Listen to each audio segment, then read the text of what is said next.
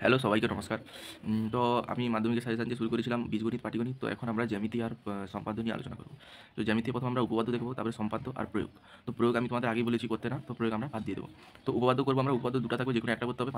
5 নাম্বারের উপপাদ্যের আমি কিছু সাজেশন এখানে দিয়েছি। তো তোমরা বই খুলে পেজ নাম্বার সময় তোমরা দাগিয়ে নেবে। পেজ নাম্বার 208-এর বৃত্তের কোনো বিন্দুতে স্পর্শক, এটা তোমরা করবে। আর পেজ নাম্বার 223-এর যে কোনো বৃত্তের বৃত্তচাপ, এটা করবে তোমরা। আর পেজ নাম্বার কোনো সাথে তোমরা ব্যাস নয় এরূপ কোনো যায়, এটা একটা অঙ্ক করবে। আর পিথাগোরাসের সূত্র আর তার বিপরীত সূত্র এই দুটো করে রাখবে 285 থেকে 86 পেজ।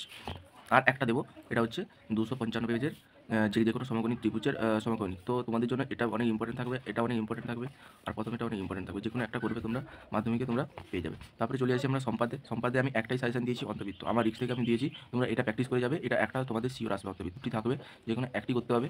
তো তোমরা অন্তর্বৃত্ত প্র্যাকটিস করে যাও, যত ধরনের অন্তর্বৃত্ত আছে তোমরা বই থেকে প্র্যাকটিস করে যাও, দিলে দেখবে একটা 5 নাম্বার তোমরা এখানে পেয়ে যাবে। তাহলে 5 5 10, এখানে আমি জ্যামিতি সমাপ্ত করলাম। ভিডিওটা ভালো থাকলে লাইক করো, কমেন্ট করো, বেশি বেশি করে শেয়ার করো, আর পড়তে থাকো তোমাদের মাধ্যমিকের জন্য। Bye bye.